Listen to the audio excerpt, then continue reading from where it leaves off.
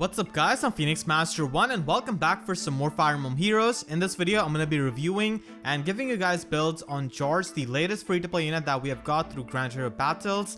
And in this video, I'm just going to be going over my thoughts, the builds, and if it's worth investing into him with Heroic Grails. So let us begin. Jorge is a blue infantry archer with a preferred weapon, Daniel made bow, and this is a 14 might bow giving him -1 special cooldown and also giving +5 attack to allies within 2 spaces during the combat, and it also inflicts -5 attack on foes within 2 spaces during the combat. So he basically has the reduced special cooldown, he gives drive attack type of support, a better drive attack essentially to allies within 2 spaces, and he also has the daunt effect which we see on someone like Ashnard. So he's got in combat attack debuff within 2 spaces.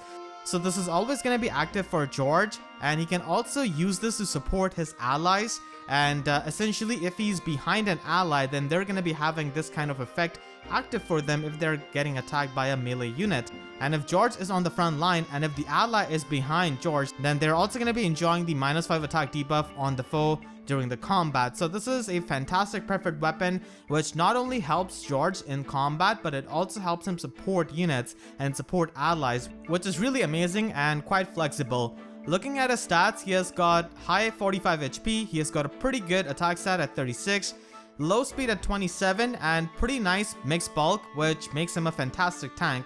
And his default skills are nothing to write home about because Ignis is a pretty decent special. Bonfire is also pretty good. We have got shield defense before on Walhart, and we have got attack opening before on Iago. So again, I do appreciate a good free-to-play unit, but Intelligent Systems really needs to give us newer skills on these free-to-play units, not just repeating the same skills again and again. Now, when it comes to comparison of Jorge, there are not really too many good comparisons. The most easy comparison to him is going to be Legendary Chrom, and that too on the surface level, only because Jorge has got pretty similar defensive stats. So he does have better HP than Chrom, and his overall bulk is actually better than Chrom. Rand Greether can give Legendary Chrom -6 attack and defense debuff on the foe, but it's only going to be giving him that if the foe is at full HP. Meanwhile, Jorge gets the -5 attack debuff on any kind of foe that he faces consistently, so Jorge is going to be having better bulk. But when it comes to being a unit and when it comes to being an offensive prowess, Legendary Chrom is absolutely a monster, and there's just no way you could compare Jorge in that regard to Legendary Chrom. Only defensively Jorge is similar. Another good comparison which I don't really see too many people make is to Norn. Norn I would consider is the best free-to-play archer that we have got in the summon pool. She's got really fantastic speed, she has got workable attack, good bulk, and she's colorless, so her matchups are really good. And Jorge can be compared to her and her ideal kit, which includes having Spendthrift Bow.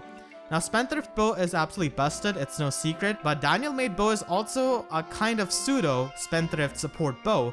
So Norn is going to be able to get extra attack from the Spendthrift's +7 attack, but Jorge is not able to get the extra 5 attack which he can provide to his allies. It's only for the allies, so it's like a drive attack. Unfortunately, it's not a joint drive attack.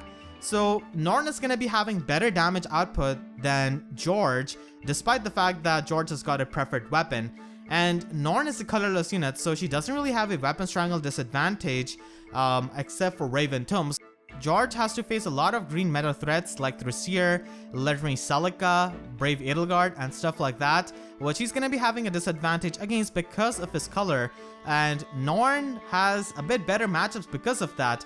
Now another reason is that Norn also has pretty similar bulk to Jorge, but also has better speed, so this allows her to function better not only as an offensive unit but also as a tank, because she is not going to get doubled that much compared to Jorge, and she can also utilize stuff like null follow-up and those kinds of skills much better, also lull attack speed.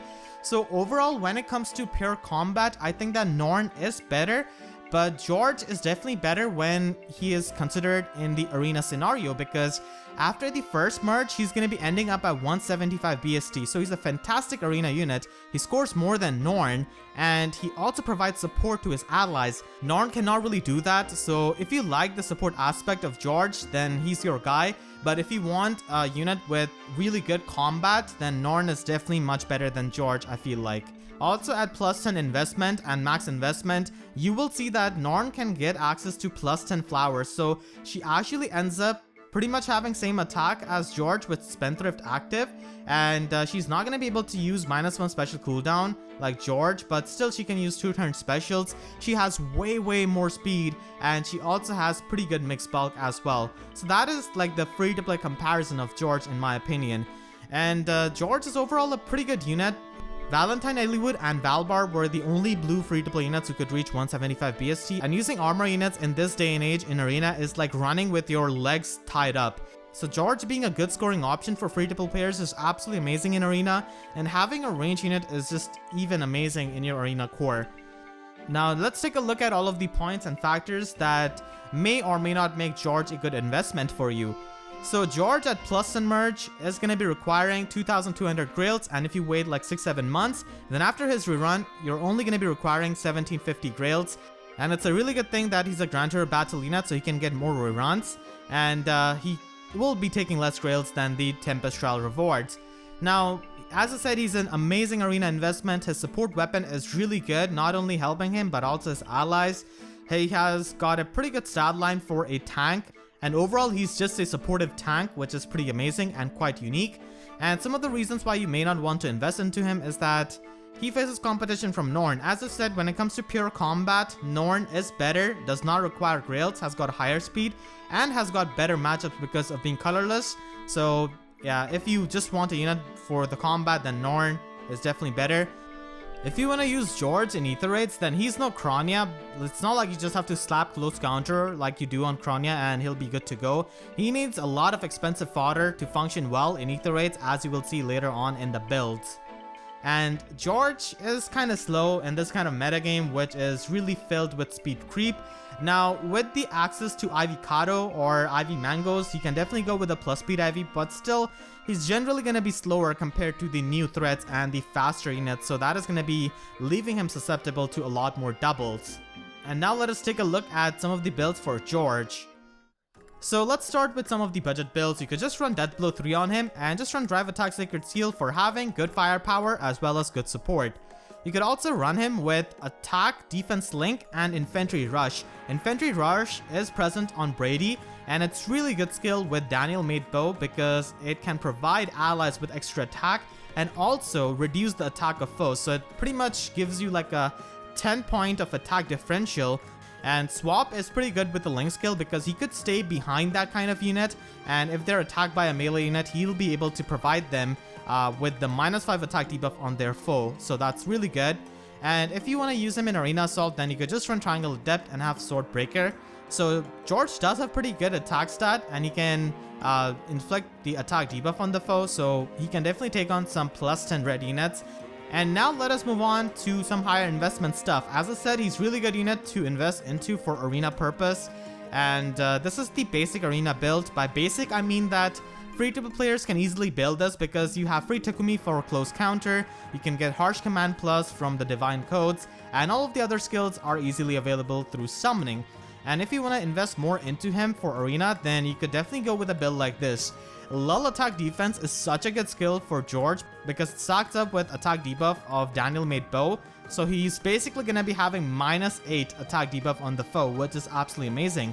So what you want to do is run Blue Flame and have Time Pulse. Blue Flame becomes a 2-turn special with his preferred weapon, and then Time Pulse makes it a 1-turn special, so he could instantly retaliate back with that. And he's quite slow, so he will need quick riposte.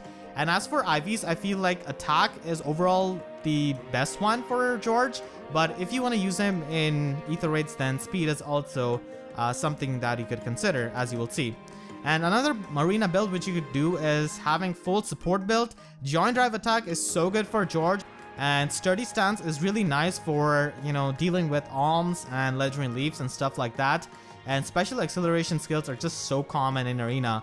So you could run Ruptured Sky, have it a 1-turn special, and Rue skill just goes really well with his preferred weapon for providing some more support. Now let's take a look at some of the builds, which are just general purpose. As I said, lull attack defense is really good, so you could run this with close foil and have something like bonfire. And attack defense unity from Brave Dimitri is also something you could consider. He can have debuffs on his attack and defense because they are the higher stats for him. So attack defense unity can just reward you for those penalties, and you could run special spiral and bonfire to instantly retaliate back with a very devastating bonfire. And joint drive attack, as I said, is fantastic for George. And then if you actually want a speed stack on him, then you could run a build like this with attack speed push 4, lull speed defense, and joint drive speed. So by running this build, he can reach 55 effective speed without any kind of buffs. So if you want a fast George, then you could definitely run something like this. And now let's talk about George in Ether Raids. So in Ether Raids, I feel like Light Season is definitely better for George, as it is for a lot of units. And because he's a blue unit, he does not really want to mess up with Thracier that much. Especially because Thracier has an easier time doubling him in Astra Season than Light Season. In Light Season, it's pretty easy to stack up speed with Peonies, Light Blessing, and just in general with Flower of Joy and stuff like that. So that's why you should definitely go with the speed stat. So for Ether Raids, plus speed IV is definitely going to be really good, and these are just the builds which Norn can run. So George can run that as well, and you could choose between attack speed solo or Kestrel stance. You don't really need close counter or close foil because he is going to be just very defensive as it is, so he's not going to be taking much damage from physical units, and he doesn't really need to take them out. Null follow up is really necessary for dealing with Bramimons and Yune. He will have to face green units like Yune and Hell, but it's definitely easier to deal with than something like Thracier in Astra Season. And Pulse Smoke is of course going to be really good for facing infantry pulse teams, which are really common, and just in general, speed stacking is the way to go if you want to use them in Ether Raids. Now it is worth noting that if you run him with neutral IVs, then he's going to be having 1 more HP point, so that could help you dodge Panic Manners and Tactics Room, which hit on 65 HP. And you could also use him in Ether Raid's defense actually as a frontline unit, as you would put like Duo Alphonse or Legendary Crom as the other blue units. So he could get pulsed down by a high HP dancer like Ninian or Sylvia and run Cook and Pulse. So he will have Bonfire pre-charged, and he could have lull attack defense, and with his preferred weapon he will be able to have a lot of attack debuff on the foe during the combat. So that could be done for a frontliner, and this is really good in Anima Season because he has got good matchup against Eltina. He doesn't really have the effective weapon. He doesn't really get the effective damage versus her, but still does have the triangle advantage. And against Naga, he does have the effective damage, so that's really helpful.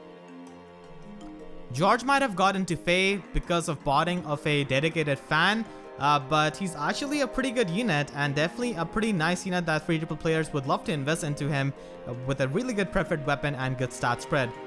So that's going to be my review. Please be sure to share this video with your friends who are thinking of investing into George, and I hope you guys enjoyed this video. I want to thank all of my YouTube members for all of their support.